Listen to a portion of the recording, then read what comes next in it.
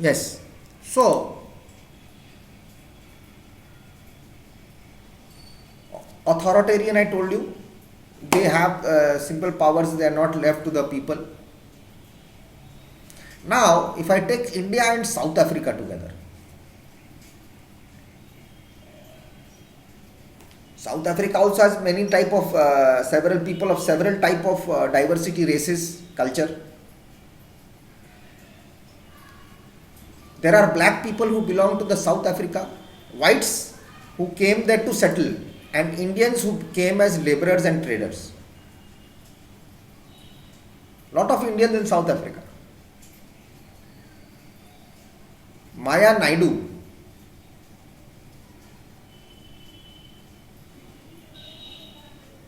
was a small girl. She was living in South Africa.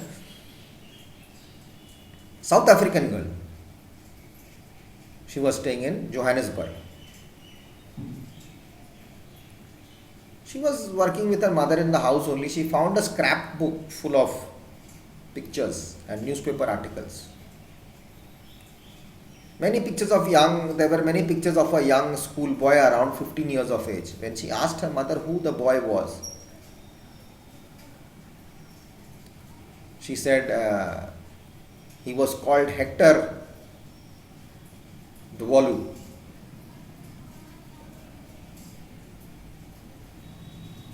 He had been shot down by the police. This girl got surprised, shocked. Why did they kill him? Why did the police shoot him?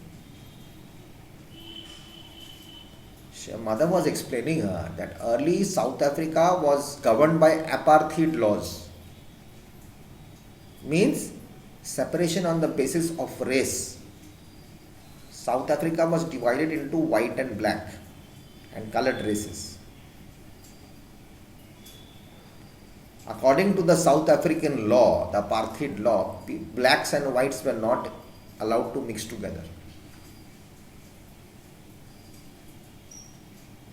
African were divided into white, black and Indian and colored races. Or even to live or use common facilities. This little girl could not believe. Her mother was quite agitated, when she was explaining, quite angry about this apartheid thing. In those days,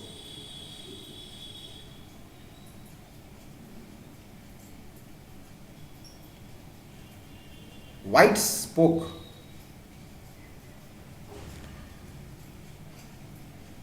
Hospitals were separate, so were ambulance. Ambulance meant for white people would be always well tip-top condition. And for the black it was not.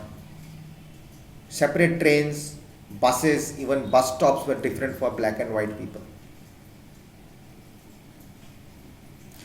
Now the people who were not white, they were not allowed to vote. The best part of the land was only for the white people. Living condition for the other people were bad. That's why they were not considered equal. Apartheid.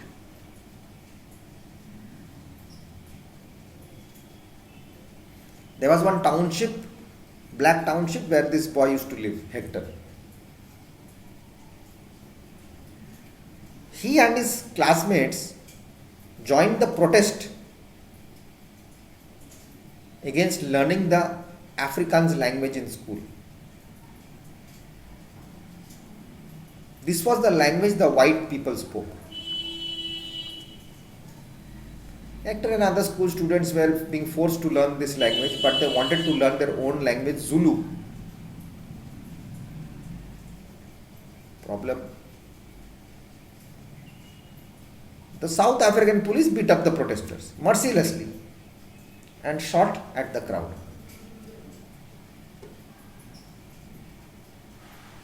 One of the bullets hit this child.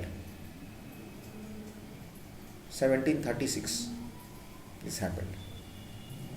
I am not remembering the date of which month, but this happened in 1976. The African National Congress, who were leading this struggle against this apartheid of races, their most leader, well-known top boss leader was Nelson Mandela, who fought for this apartheid system for several years. Finally, they succeeded in the year 1994. South Africa became a democratic country in which people, all races were considered equal.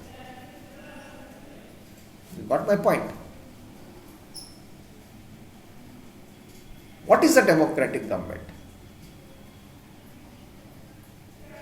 Why do we have regular elections? You already know that people make the decisions in a democracy.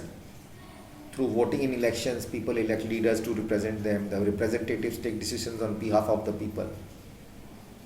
In doing so, it is thought or rather assumed that they will keep in mind the voices and the interests of the people.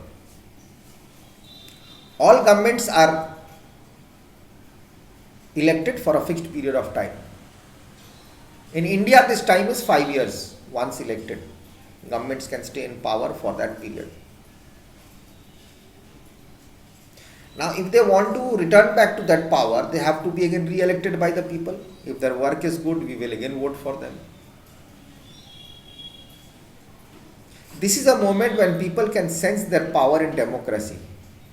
In this way, the power of the government gets limited by regular elections. So, this is the difference between democracy and authoritarian. Understood?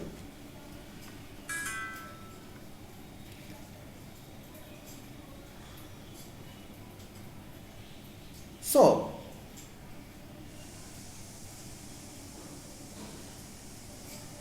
another part is, elections are usually held once in 5 years. Besides voting, we can do a lot of things for the government. People take interest in working for the government and by criticizing it when required.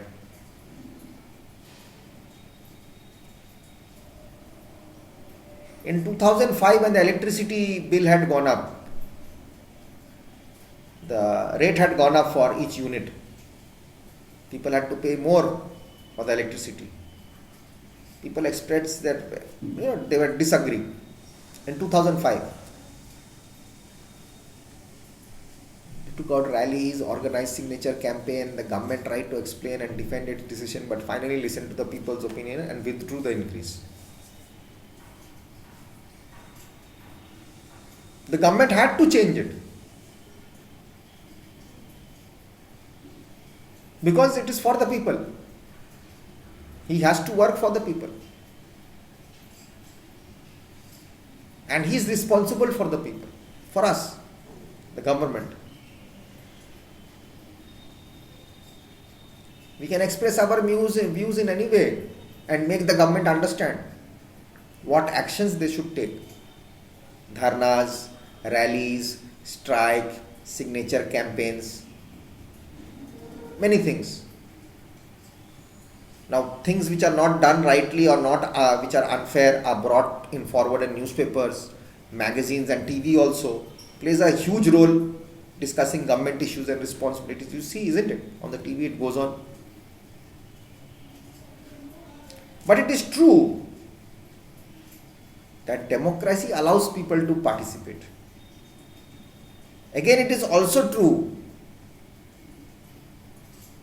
everybody in the society is not able to do it.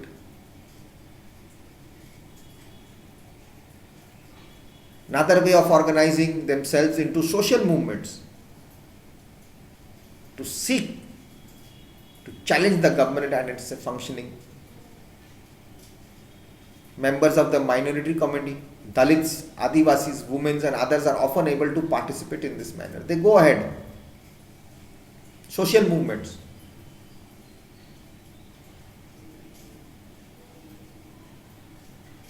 When do these things happen? Problems when it happens. If our country people are alert and interested in how the country is run, the democratic power of that country will be more of that government.